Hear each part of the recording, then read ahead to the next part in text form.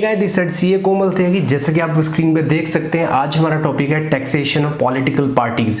कल हमने अपनी लास्ट क्लास में डिस्कस किया था टैक्सेशन ऑफ इलेक्टोरल ट्रस्ट, जिसमें एग्जेम्पशन मिलती है एज पर सेक्शन 13B और पॉलिटिकल पार्टीज का जो चैप्टर है वो डील करता है सेक्शन नंबर 13A। जी हाँ, ये पॉलिटिकल पार्टीज कांग्रेस, बीजेपी, आम आदमी पार्टी, इनको तो आप जानते होंगे। इसके अलावा भी काफी पार्टीज हैं। Income of the political parties, मैं आपको बताना चाहता हूँ बिजनेस, अगर पॉलिटिकल पार्टी बिजनेस करेगी तो बिजनेस की इनकम हमेशा टैक्सेबल होगी। इसके अलावा पॉलिटिकल पार्टीज को हाउस प्रॉपर्टी से इनकम हो सकती है। कैसे कि पॉलिटिकल पार्टीज के काफ़ी हाउस प्रॉपर्टी है, वो उनको रेंट पे दे सकती है। दूसरा क्या है, वो सेल कर सकती है हाउस प्रॉपर्टी को, तो उससे कैपिटल गेन आएगा। हो सकता है कैपिटल गेन आए, लॉस भी आ सकता है, लेकिन अगर कैपिटल गेन आया तो वो एग्जेम्प्ट होगा। Income from other sources, political parties के पास कंट्रीब्यूशन आता है। हाँ जी सर, आता है। अब कंट्रीब्यूशन को वो बैंक में जमा करेंगे, उसमें हो सकता है इंटरेस्ट है, तो वो अदर सोर्सेज की इनकम भी एग्जेम्प्ट होगी। इसके अलावा कुछ और इनकम भी हो सकती है अदर सोर्सेज की। और चौथा है वॉलंटरी कॉन्ट्रीब्यूशन रिसीव्ड, जो कॉन्ट्रीब्यूशन आता है वॉलंटरी कॉन्ट्रीब्यूशन यानी डोनेशन जो आता है वो भी पॉलिटिकल पार्टीज के हैंड पे एग्जेम्प्ट होता है subject to term and condition. यहाँ पे लिखा है subject to term and condition. ये देखो अब चार्ट जा रहा है subject to term and condition. ये क्या टर्म एंड कंडीशन?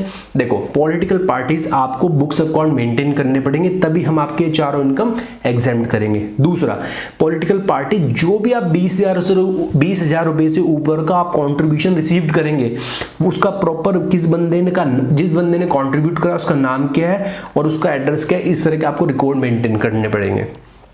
तीसरा, पॉलिटिकल पार्टी आपको ऑडिट करानी पड़ेगी, किससे? चार्टर्ड अकाउंटेंट से।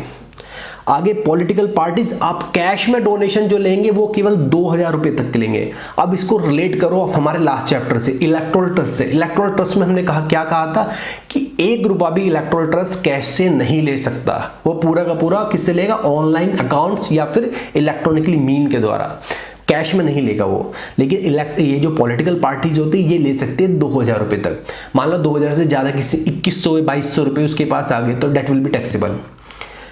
पांचवा, आपको रिटर्न भरनी है बिफोर द ड्यू डेट। ये तो सर एसएससी को भी भरनी होती है, चलो ठीक है। अगला क्या है कि जो भी कंट्रीब्यूशन आया था ये वाला 20,000 से ऊपर वाला, आपने क्या काम करना है, इसका रिपोर्ट करना है इलेक्शन कमीशन को बिफोर द ड्यू डेट। ये भी बिफोर द ड्यू डेट होगा। आई होप आपको ये चीज क्लियर होगी। और ये पूरा का पूरा जो चार्ट है ये रिलेट करता है सेक्शन नंबर 13A से, जिसमें कहा गया है कि पॉलिटिकल पार्टीज की इनकम अगर हाउस प्रॉपर्टी से है, कैपिटल गेन से है, अदर सोर्सेज से है या फिर वॉलंटरी कॉन्ट्रीब्यूशन है, ये एग्जेम्प्ट हो जाएगा अगर पॉलिटिकल पार्टीज ये टर्म्स एंड कंडीशन को फॉलो करें। लेकिन बिजनेस की इनकम हमेशा पॉलिटिकल पार्टीज की टैक्सेबल होगी। आगे चलें। फंडिंग कैसे होती है? मैंने भी आपको पहले ही बता दिया, कैश से फंडिंग हो सकती है, अकाउंट पे चेक से हो सकती है फंडिंग, या फिर कैसे हो सकती है फंडिंग पॉलिटिकल पार्टीज को ऑनलाइन में ट्रांसफर कर दूं अपने बैंक अकाउंट से पॉलिटिकल पार्टीज के बैंक अकाउंट में, पेटीएम वगैरह से। ये सब इलेक्ट्रॉनिकली मीन माने जाते हैं, इससे फंडिंग हो सकती है। स्क्रीन पे जो आप देख सकते हैं ये है इलेक्ट्रोल बॉन्ड। इलेक्ट्रोल बॉन्ड भी एक तरीका है फंडिंग करने का। इलेक्ट्रोल बॉन्ड जनरली जो इशू होते हैं वो 1,000 रुपए का, 10,000 रुपए का, 1 लाख रुपए का, 10 लाख रुपए का, 1 करोड़ रुपए का, इस तरह होते हैं। मतलब आप चाहो कि मेरे को 11,000 रुपए का दे दो इलेक्ट्रोल बॉन्ड, तो वो पॉसिबल नहीं है। होगा कैसे, मैं हल्का सा प्रोसीजर बता देता हूँ। जो बंदा कंट्रीब्यूट करना चाहता है पॉलिटिकल पार्टीज को, वो क्या जाएगा, एसबीआई बैंक जाएगा, किसी ब्रांच में एसबीआई की जाएगा वहां से क्या है अपनी केवाईसी देगा बैंक को, ठीक है। वहां से एक इलेक्ट्रोल बॉन्ड ले लेगा, क्या 1,000 का लेगा, 10,000 का लेगा, 1 लाख का लेगा, 10 लाख का देगा, ठीक है। यही इन्हीं टर्मिनोलॉजी में इलेक्ट्रोल बॉन्ड मिलेगा उसको। मिल गया, बैंक को उसने अपनी केवाईसी दी। अब बैंक क्या, वो जो बंदा जिसने इलेक्ट्रोल बॉन्ड बनवाया है उसकी केवाईसी किसी को लीक नहीं करेगा, ठीक है। अब जो है इलेक्ट्रोल बॉन्ड मिल गया उस बंदे को, उसके अकाउंट से पैसे डिडक्ट हो गए। अब वो बंदा क्या काम करेगा, वो जो अपना इलेक्ट्रोल बॉन्ड है वो जिस भी पॉलिटिकल पार्टीज को वो डोनेशन करना चाहता है उसको अपना वो इलेक्ट्रोल बॉन्ड दे देगा। दे दिया सर। अब जब इलेक्ट्रोल बॉन्ड दे दिया उसने, अब पॉलिटिकल पार्टीज क्या करेगी, उसी इलेक्ट्रोल बॉन्ड को बैंक में जाकर एनकैश करा लेगी और पैसे ट्रांसफर हो जाएंगे पॉलिटिकल पार्टीज के अकाउंट में। सर ये क्यों आया, ये प्रोविजन इलेक्ट्रोल बॉन्ड का इसलिए आया। पहले क्या हो रहा था, पहले ये जो 2,000 की लिमिट थी ना कैश वाली, ये 20,000 थी, यानी एक बंदा 20,000 रुपए तक कैश में दे सकता है। इसके अलावा बहुत सारा जो था दान जो हो रहा था पॉलिटिकल पार्टी को, ये डोनेशन जो हो रहा था वो गुप्त रूप से हो रहा था, सीक्रेट हो रहा था। तो उस चीज़ को कंट्रोल करने के लिए इलेक्टोरल बॉन्ड का स्कीम आया और साथ ही साथ जो कैश की 20,000 की लिमिट थी वो घटा के 2,000 पे कर दी, ताकि जो है पॉलिटिकल पार्टीज कैश के ऊपर डिपेंड ना हो, जबकि कैश उस टाइम पे बहुत ही ज़्यादा कैश का प्रभाव हो रहा था। आगे चलते हैं। इसमें सर 2 क्वेश्चन हो रहे हैं, जिसका ये चैप्टर अच्छा है वो डायरेक्टली क्वेश्चन नंबर 1 और क्वेश्चन नंबर 2 को कर सकता है, और जिसका अच्छा नहीं है वो हमारे साथ क्वेश्चन को डिस्कस कर सकता है। 2 या 4 मिनट में पूरे के पूरे क्वेश्चन हो जाएंगे।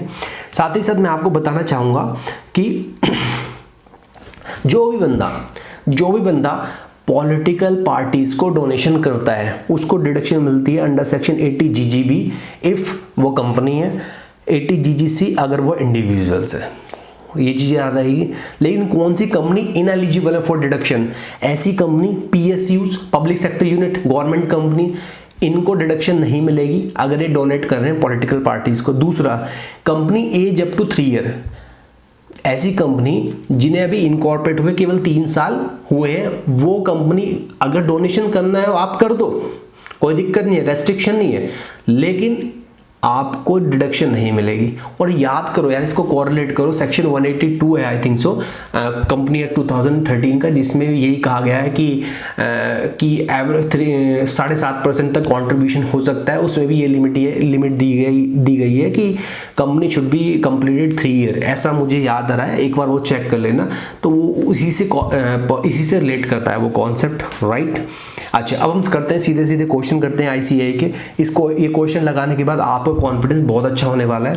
देखो, पहला क्वेश्चन है, political party duly registered under section 29A of the representation of the people act 1951। अच्छा, रिसीव्ड रेंट की इनकम है पॉलिटिकल पार्टीज को 1,25,000 पर मंथ और one of its building let out to the bank from first. तो इसमें क्या पूछ रहा है, डिस्कस द टैक्स ट्रीटमेंट। देखो ये कह रहा है, rents receive by the political party from the bank is income chargeable to head. ये कहता है जो भी रेंट रिसीव्ड हुआ ये इनकम फ्रॉम हाउस प्रॉपर्टी में टैक्सेबल होना है। हाँ जी, होना है, ये तो सबको पता है।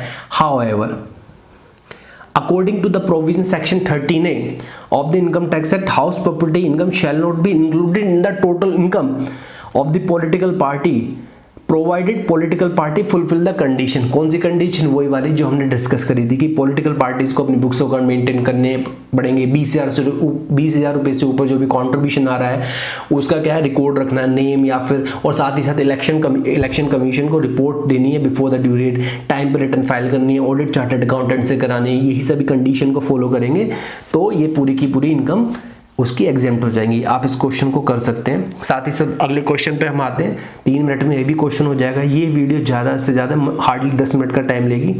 देखो ये कह रहा है कि books account maintain by the national party registered with the election commission for the year ended 31 March 2020 discuss the following receipt, calculate the total income from the rent property let out. 10 lakh rent property है, हो सकती है exam अगर condition follow करे। हाँ जी sir. Interest, other sources की income, ये भी एग्जाम हो सकती है अगर कंडीशन फॉलो करे। Contribution from 100% who have secreted, देखो यार मतलब रिकॉर्ड ही नहीं है तो ये तो टैक्सेबल होगी। Contribution from 10% by way of erectile bond से आप कितना भी कर सकते हो, 1,000, 2,000, 10,000, 1 लाख, 10 लाख। हालांकि यहाँ पे इंस्टीट्यूट में 25,000 दे रखा है, मेरे को समझ में नहीं आया क्योंकि टर्मोलॉजी 1,000, 10,000, 1 लाख ही होती है, बट फिर भी ये एग्जेम्प्ट होगा, राइट। ये भी एग्जेम्प्ट होगा। आगे लिख रहा है कैश कंट्रीब्यूशन 2100 ईच, 2100 अलाउड नहीं है, 2,000 तक का अलाउड है तो यही टैक्सेबल होगा। Net profit of canteen business का है, बिजनेस का टैक्सेबल होगा। कैश कंट्रीब्यूशन 1100 है, 2,000 तक की लिमिट में कवर है, ये एग्जेम्प्ट होगा। कंट्रीब्यूशन फ्रॉम 100% अकाउंट पे चेक से एग्जेम्प्ट होगा। आई होप आपको ये चीज क्लियर हुई होगी।